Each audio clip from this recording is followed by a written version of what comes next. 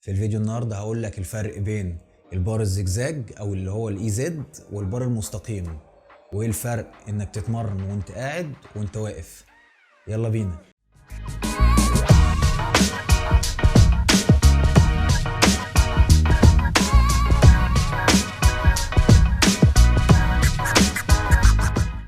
ازيكم يا شباب، عاملين ايه؟ يا رب تكونوا بخير.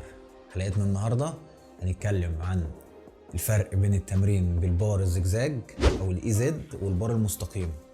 اولا هو مفيش فرق بين الاتنين، عايز تتمرن بده كويس، عايز تتمرن بده كويس، بس في نقطة مهمة قوي الناس القديمة في اللعبة هتبقى عارفاها. دايما لما تيجي تتمرن بالبار المستقيم بتحس بوجع هنا في الرسخ عندك، بتحس بوجع في ايدك. ده هقول لك ايه سببه. عظمة الايد بتتكون من عظمتين، العظمتين مش في نفس طول بعض، واحدة أطول من التانية بسنة بسيطة وجاية بميل. لما أنت هتيجي تتمرن بالبار المستقيم هتبقى ماسكه كده، هتيجي تطلع وتنزل إيدك مش في وضعها السليم، هتحس بوجع، وفي حتة هتبقى عليها ضغط وحتة مش هيبقى عليها ضغط، فهتحس بالوجع جامد. أما بالنسبة للبار الزجزاج أنت أوريدي إيدك متنية وفي وضعها الصحيح، فكده مش محمل على حاجة، كده الوزن مظبوط على إيدك كلها، فهتعرف تتمرن.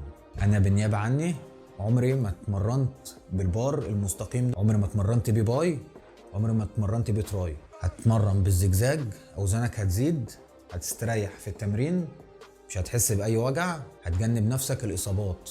وحاجه تانية، وانت بتتمرن بالبار الزجزاج ممكن تلعبه واسع، ممكن تلعبه ضيق. الواسع هيجيب معاك العضله القصيره، طبعا احنا عارفين ان الباي بيبقى ليه راسين، راس طويله وراس قصيره. لو انت لعبت واسع هيجيب معاك الراس القصيره، لو لعبته ضيق هيجيب معاك الراس الطويله. كويس كده؟ كويس. ولازم تشكل يبقى تمرينك فيه حاجات للواسع وللضيق عشان تضرب العضله من كذا زاويه. كده خلصنا الفرق بين البار المستوي والزجزاج. الفرق انك بتتمرن وانت واقف وانت قاعد. عايزين نتفق على حاجه، طول ما انت قاعد انت كده في وضعيه العزل. الفرق وانت قاعد وبتتمرن باي وانت واقف بتتمرن باي. كويس، انت قاعد بتتمرن ظهرك ما بيتهزش، كتفك ما بيتحركش معاك، انت ثابت عامل عزل، ما بتتحركش وما بتفعلش غير العضله اللي انت بتتمرنها. يعني انت قاعد دلوقتي كده ما بتعملش غير كده، كده الحمل كله على العضله هنا، كده ده ايزوليشن، كده انت عازل العضله، كده الاستفاده كلها رايحه للعضله دي. لو انت واقف ايه اللي هتعمله؟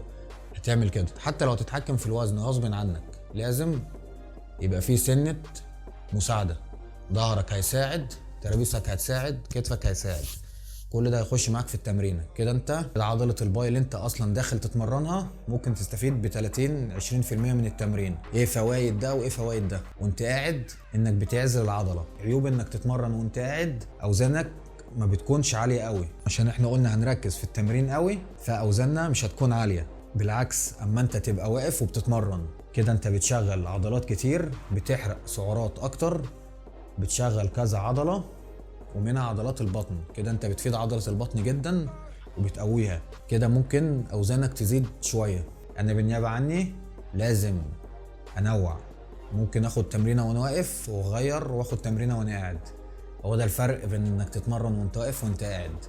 لو الحلقة عجبتك متنساش تعمل لايك، تشترك في القناة لو انت مش مشترك، تفعل التنبيهات، استنى الحلقات الجديدة. لو عندك اي سؤال اكتبه في الكومنتس. سلام.